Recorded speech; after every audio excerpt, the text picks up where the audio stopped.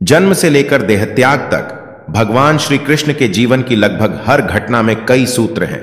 युद्ध भूमि पर दिया गया गीता का उपदेश संसार का श्रेष्ठतम ज्ञान माना जाता है। मैनेजमेंट मास्टर कहें या जगत गुरु, गिरधारी कहें या रणछोड़, भगवान श्री कृष्ण के जितने नाम हैं उतनी ही कहानियां हैं। जीवन जीने के तरीके को अगर किसी ने परिभाषित किया है तो वो श्री कृष्ण हैं। कर्म से होकर परमात्मा तक जाने वाले मार्ग को उन्हीं ने बताया है। श्री कृष्ण कहते हैं, मैं हर हाल में आता हूं, जब पाप और अत्याचार का अंधकार होता है तब भी, जब प्रेम और भक्ति का उजाला होता है तब भी। दोनों ही परिस्थिति में मेरा आना निश्चित है।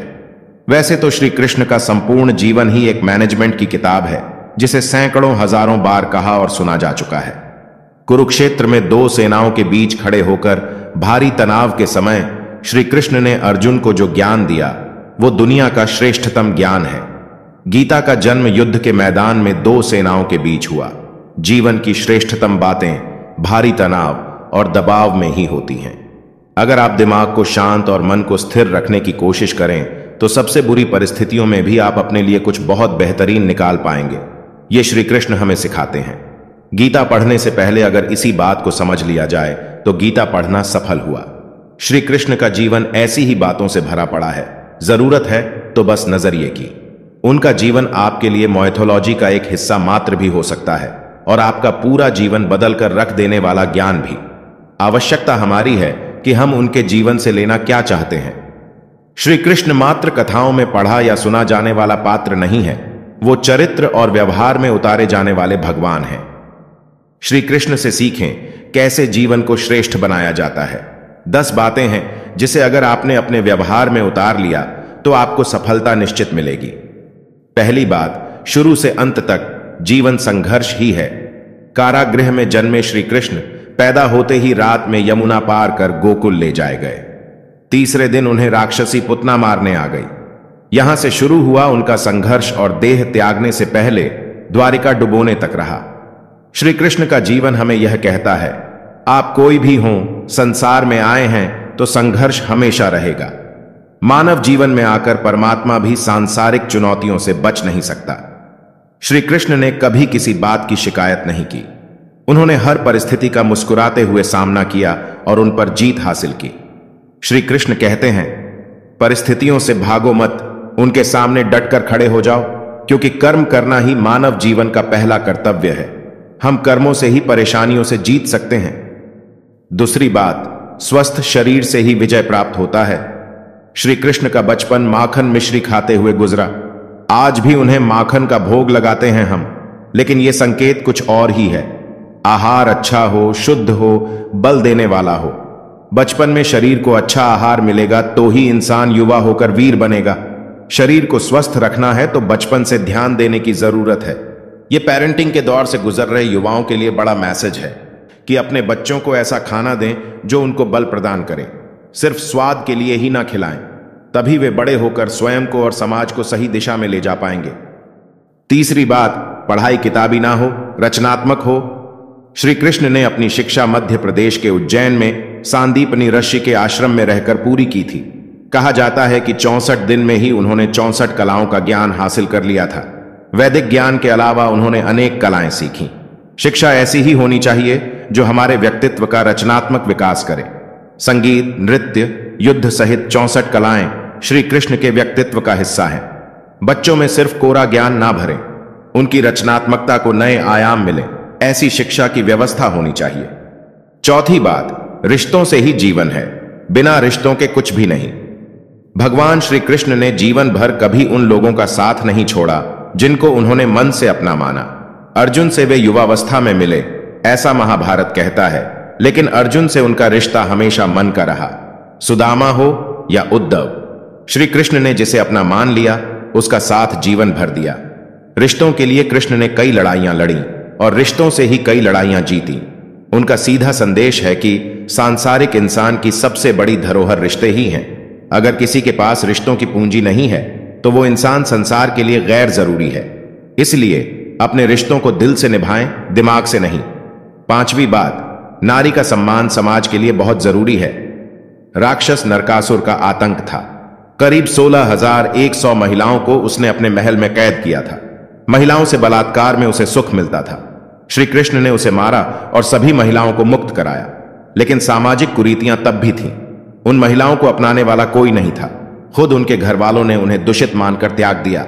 ऐसे में श्री कृष्ण आगे आए और सभी 16,100 महिलाओं को अपनी पत्नी का दर्जा दिया और समाज में उन्हें सम्मान के साथ रहने के लिए स्थान दिलाया।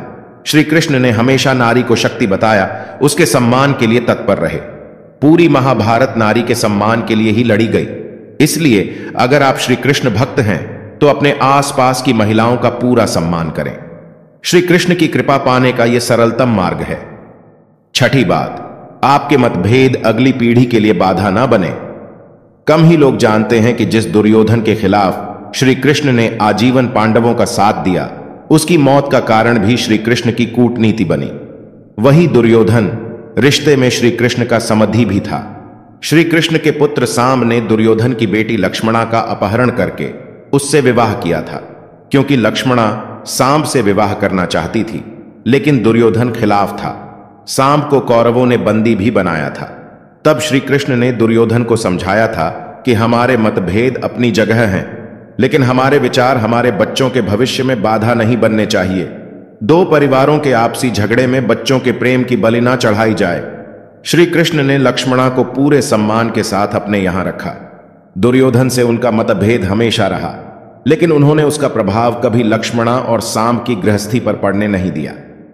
सातवीं बात, शांति का मार्ग ही विकास का रास्ता है। श्री कृष्ण ने महाभारत युद्ध के पहले शांति से समझौता करने के लिए पांडवों और कौरवों के बीच मध्यस्थता की। हालांकि दोनों ही पक्ष युद्ध लड़ने के लिए आतुर थे, लेकिन श्री कृष्ण ने हमेशा चाहा कि कैसे भी युद्ध टल जाए। झगड़ों से कभी समस्याओं का समाधान नहीं होता है। शांति के मार्ग पर चलकर ही हम समाज का रचनात्मक विकास कर सकते हैं। श्री कृष्ण ने समाज की शांति से मन की शांति तक दुनिया को यह समझाया कि कोई भी परेशानी तब तक मिट नहीं सकती जब तक वहां शांति ना हो, फिर चाहे वो समाज हो या हमारा खुद का मन। शांति से ही सुख मिल सकता है, साधनों से नहीं।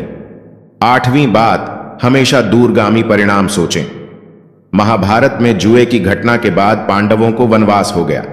श्री कृष्ण ने अर्जुन को समझाया कि यह समय भविष्य के लिए तैयारी करने का है। उन्होंने महादेव शिव, देवराज इंद्र और मां दुर्गा की तपस्या करने को कहा। श्री कृष्ण जानते थे कि दुर्योधन को कितना भी समझाया जाए, वो पांडवों को कभी उनका राज्य नहीं लौटाएगा। तब शक्ति और सामर्थ्य की जरूरत होगी। कर्ण के कवच और कुंडल पांडवों की जीत में आड़े आएंगे, ये भी वे जानते थे। उन्होंने हर चीज पर बहुत दूरगामी सोच रखी। कोई भी फैसला तात्कालिक आवेश में नहीं लिया। हर चीज के लिए आने वाली पीढ़ियों तक का सोचा। यही सोच समाज का निर्माण करती है। नौवीं बात, हर परिस्थिति में मन शांत और दिमाग स्थिर रहे। पांडवों के राजसूय यज्ञ में शिशुपाल श्री कृष्ण को अपशब्द कहता रहा। वो छोटा भाई था, लेकिन उसने मर्यादाएं तोड़ दी। पूरी सभा चकित थी, कुछ क्रोधित भी थे, लेकिन श्री कृष्ण शांत थे, मुस्कुरा रहे थे। जब वह शांति दूत बनकर गए, तब दुर्योधन ने उनका अपमान किया। श्री कृष्ण फिर भी शांत रहे। अगर हमारा दिमाग स्थिर और मन शांत है, तभी हम कोई सही निर्णय ले पाएंगे। आवेश में हमेशा हादसे होते हैं, ये हमें श्री कृष्ण सिखाते हैं। विपरीत परिस्थितियों में भी कभी विचलित नहीं होने का गुण श्री कृष्ण से बेहतर कोई नहीं जानता।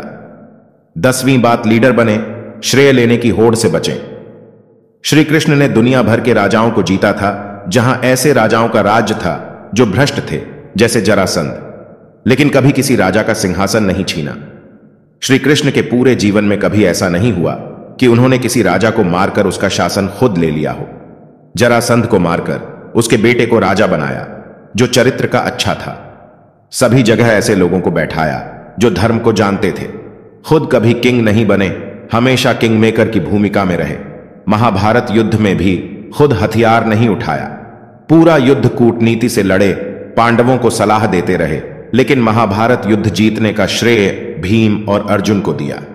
दोस्तों, अगर आपने श्री कृष्ण के जीवन के इन 10 बातों को अपने जीवन में उतार लिया, तो आप एक महान इंसान बन जाएंगे और भगवान श्री कृष्ण के तरह ही जीवन के हर क्षेत्र में सफलता प्राप्त करेंगे।